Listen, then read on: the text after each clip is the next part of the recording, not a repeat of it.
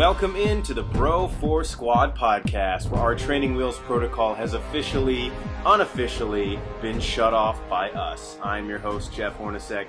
With me, as always, is the mad scientist, Brian Banner. We are here to review 2017's Spider-Man Homecoming, the web-slinger's first solo movie in the Marvel Cinematic Universe. Let's dive right into it. If you guys have not listened to any of our reviews before, we grade all movies on 5 criteria: the acting and the cast, the story and the plot, the best scene, any effects on pop culture, and rewatchability. So let's go into the lab with the mad scientist, the aforementioned Brian Banner. Banner, how are you doing, and what did you think of the cast of Spider-Man Homecoming?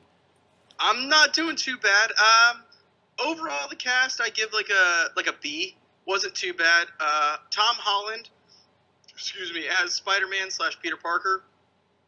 I think that if you rank him along with the other two Spider-Man Peter Parkers, being Tobey Maguire and Andrew Garfield, I think he is second as both of them. Woo. I think that Andrew Garfield is a better Spider-Man, but a worse Peter Parker.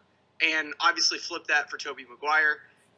So Tom Holland, I thought, did a fantastic job. Really, really awesome that they actually kept him in high school. And I fucking hated Aunt May.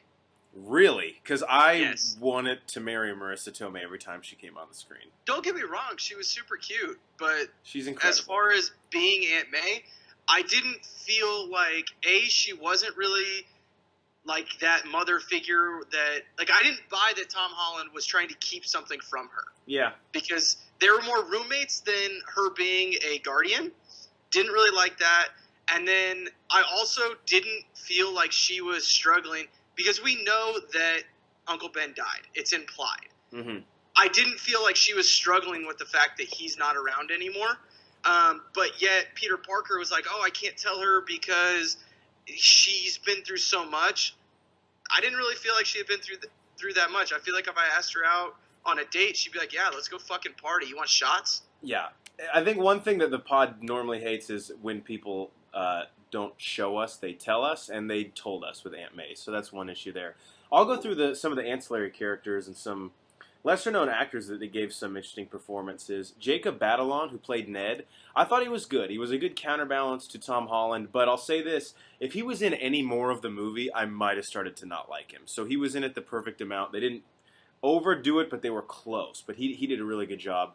Laura Harrier, who played Liz, she was very, very good in this. I bought all her stuff, especially at the end. There's a spoilers review, as we'll put in the description, but everything at the end that she went through with her father, I really bought all that. Tony Revolori as Flash Thompson, no, not working at all. I totally love the diversity aspect of making Flash Thompson not a Caucasian. Totally down with that. But this kid in the movie, and I know that none of the movies Flash Thompson's had a lot of depth, but he wasn't even menacing. He was just annoying, and not in the sense of, you're bothering me. Just, dude, get off the screen. Well, and here's my thing, is they're at a science school, correct? Yeah. A science and math, a very intelligent school. They tried to make him like this bully, cool kid type. I'm never going to buy that you have, not that bullying doesn't happen there, because bullying happens everywhere, but I'm not going to buy that a person that's on the academic decathlon team is a bully. Yeah. I'm sorry. I'm just not going to buy Everything is relative, Banner. He's like the chief nerd bully. He fucks up the other nerds, but he goes into an actual public high school and he would get stabbed the first day. Yeah. 2 more things. Michael Chernus as Phineas Mason, or the Tinker as we know him in the comics, was horrendous. Horrible actor. Dude cannot actively have a paper bag. And then we'll get much more into him later, but Michael Keaton as Adrian Toomes the Vulture, incredible. I would say he could go toe-to-toe with Loki as the best Marvel villain.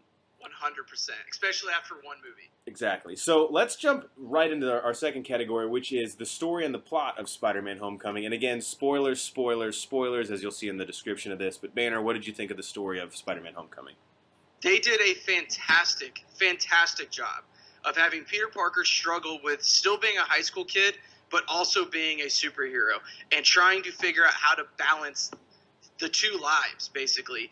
And a very, very good job of going, hey, look, he, quote-unquote, is an Avenger, but he's not an Avenger, and struggling with being a part of something that you're not actually a part of. It's kind of like when you go to a party, and you're like, oh, man, all these people are cool, we're hanging out, we're playing beer pong and high-fiving and stuff, and then you text them the next day, and people are like, ah, fuck. Like, yeah, we're just super hammered. Yeah, bro, we don't actually like you.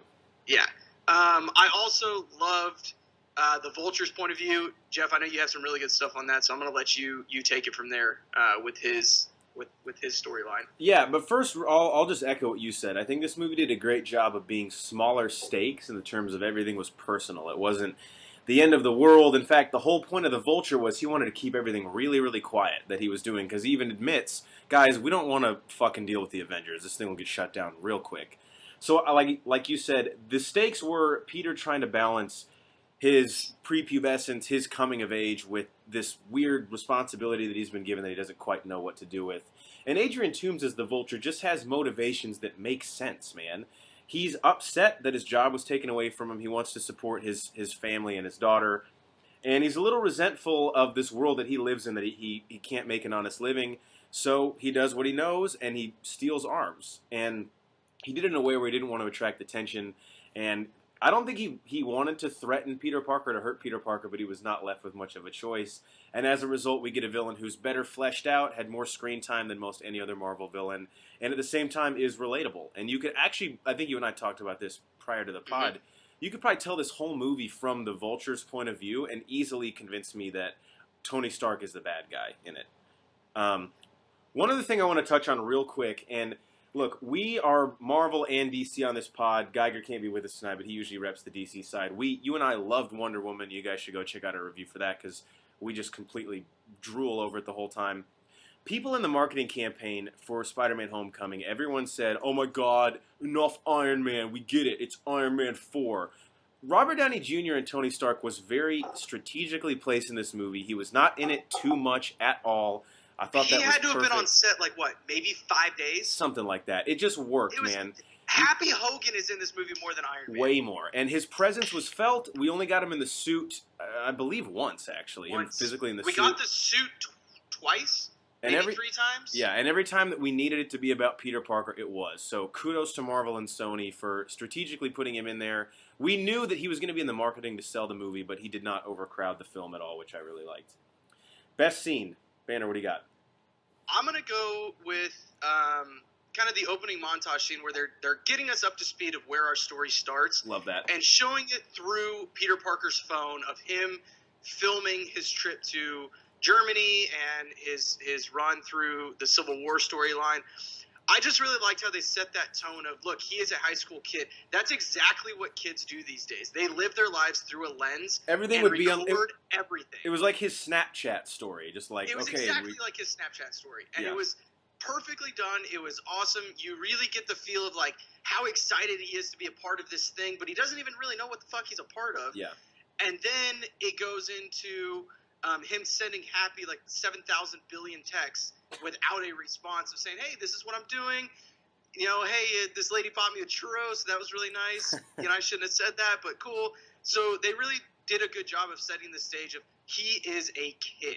Another really, really cool thing before I get into my best scene, if you paid really close attention in Iron Fist, that scene where I believe it's the A train is driving up Manhattan, and Peter's sitting on the roof of that building eating his churro, that's the building where Colleen Wing's dojo is, which is kind of a cool... There's also another in that scene, if you notice, it's actually one of the first ones, they show the globe from the Stark Expo, which was in Iron Man 2. Awesome. My best scene was strictly Peter Parker related, and it was at the very end when Adrian Toomes dropped the building on him, essentially. And it was, I'll call it the Come On Spider-Man scene, where he saw his mask in the water. You gotta come up with a better name than that. Yeah, come on, because that sounds a little too sexual, but that's how it made me feel, because that's how excited I got. When he sees his face and reflection in the puddle with his mask, and he basically says, you know, I don't need Tony Stark, I don't need this badass suit, as cool as that is to have. Tony's line resonated from earlier where he goes, if you're nothing without this suit, then you shouldn't have it, which we've seen Tony learn the hard way by being tortured in an Afghan cave in the Marvel Cinematic Universe. To me, I really felt it there. It became Spider-Man's movie at that point, if it wasn't already. And we just learned to love this iteration of Peter Parker in that scene. I'm gonna really quick piggyback off of that. Kind of, it was earlier in the movie when Tony Stark took the suit away from him, and he said, if you are nothing without this suit, then you're nothing with this suit. And that was really cool to show that Iron Man, his character has developed and his character has grown from what we saw in Iron Man 1 and in Iron Man 2, and as he's grown on, and he can pass that wisdom on. But we've actually seen they showed us that he has gone through all of that through those other movies, and that he's not just saying that to Peter Parker as a decent plot device. He actually means it. And again, like you said, it played right into your best scene. Really, really felt where all of that emotion and all of that was coming from. All right, effects on pop culture. I'll go first here. We all know the significance of this movie. To my knowledge, an unprecedented event in that two studios share rights to a character, collaborated, and released a film. So my hope is, with the tremendous success this is having at the box office, and it looks like it's doing very well critically as well, maybe somewhere down the line we could see a lending of characters from maybe, I don't know, you could talk to Fox and get us some of those guys in the Marvel Cinematic Universe. But if that can't happen, it's kind of fun to think as, like, I can now be like a drunk version of myself at 8 years old playing with my toys. What other types of crossovers could we see? We've already heard about a potential... Fucking Ninja Turtles. Ninja Turtles and Transformers. I don't give a shit. Make it happen. Take my fucking money. This basically gives studios a chance. Hey, if we can come to the table, shake hands, and play ball, everyone's getting rich, and we're doing shots afterwards. What did you think of the pop culture effects? Yeah, I mean, I'll just say it. It's the big one. We have Spider-Man in the MCU. Enough said. Yeah. Right? Hundo P. Another thing that I'm going to go off of, which jury's still out on this, the MCU is actually developing a villain now, other than Loki. Because obviously Vulture is still in play. He's at Seagate, maybe? I hope so. I couldn't quite read his I don't know. Outfit. Is Luke Cage going to break him out? Maybe? That'd be cool. I don't know. But we're starting to develop a character, and that's been one knock on the MCU that maybe they're actually starting to improve on.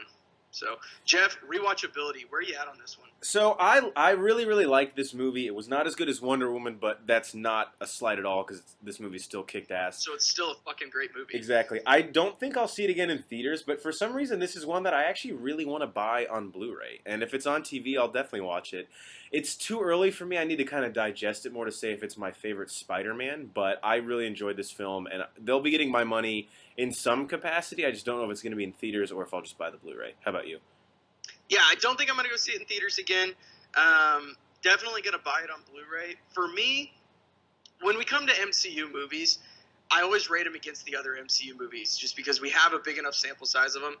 I break them up into thirds. The ones that, like, hey, I don't really enjoy seeing these, put Age of Ultron in there, put Thor Dark World in there. Then you have the middle of the pack, which is like a Doctor Strange, Incredible Hulk, maybe First an Captain Iron Man America, 2 maybe for me. Thor, yeah. Yeah. And then you have your upper echelon, which is your Guardians, your Avengers, your Iron Man 1. This is somewhere between the low end of that upper echelon and that high end of that middle echelon. It was very, very good, pretty self-contained, and again, where it comes into play and how it comes into play and how they integrate it into the bigger story, I thought was very, very well done. But yeah, you don't have to know really what's going on in the other world or in the other stories. So again, definitely gonna get my money. Gonna get it on Blu-ray, and anytime it's on, I'm gonna watch it. Definitely not flipping the channel. Actually, if it's on like FX, I'm probably gonna turn it off and just put the Blu-ray in, so I don't have to watch it with commercials. We mentioned FX on this. They need to fucking sponsor us, bro. We plug them so much. Every movie to us is apparently going to be on FX, which doesn't make any sense. Right, but if it's on Spike, they did something wrong. Exactly. All right, guys, for Brian Banner, I'm Jeff Hornacek. We have been the Bro Force Squad. Thanks for checking us out. If you'll excuse us, we have to get back to the academic decathlon and completely fuck up for our school. Be sure to check us out on Twitter. Give us a follow there at Bro Force Squad. Lowest score wins, right? Say that again? Lowest score wins, I hope so, then we're in first place. Follow us on Twitter at Bro4Squad. Subscribe to us on YouTube and iTunes. Leave us a review on iTunes. Bro4Squad, 3 words. Give us a like on Facebook. And hop on the internet and check us out at bro4squad.com and see all of our content there. If you'll excuse us, we have to get back to this press conference where I'm going to fake propose to Brian Banner. I'm so excited.